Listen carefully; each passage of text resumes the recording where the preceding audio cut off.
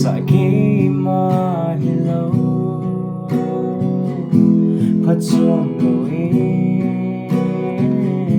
Panabe hizong le Nanato ni musa Zingi pagkay Nangay lut na hi Kadamsong lahi Namiho tora ngay lut na hin Kalung sa malo di me Ipigahin ibang mama Ni puizing zing Kay dingino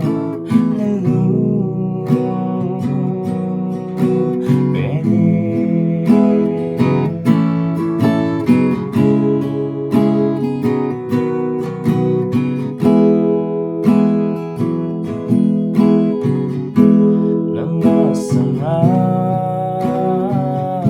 Sundin mong nilovin Kilit sa hoy tolen Kita losing kahin Kagil sin Katinet sinaho Kalunzo himpo Nanatong din Nangay lut na hi Kadamsong lahi Namiho tora ngay lut na hi Kalungsong malo di me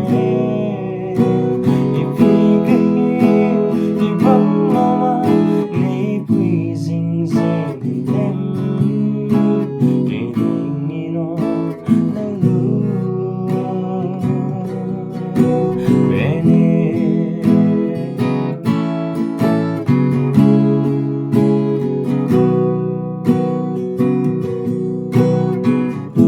Kinsoy sindi Kadalay sungay Nay mang sa inti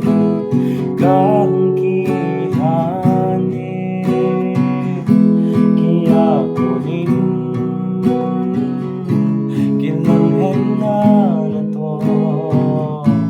Itsugang ay sabi Tildang sa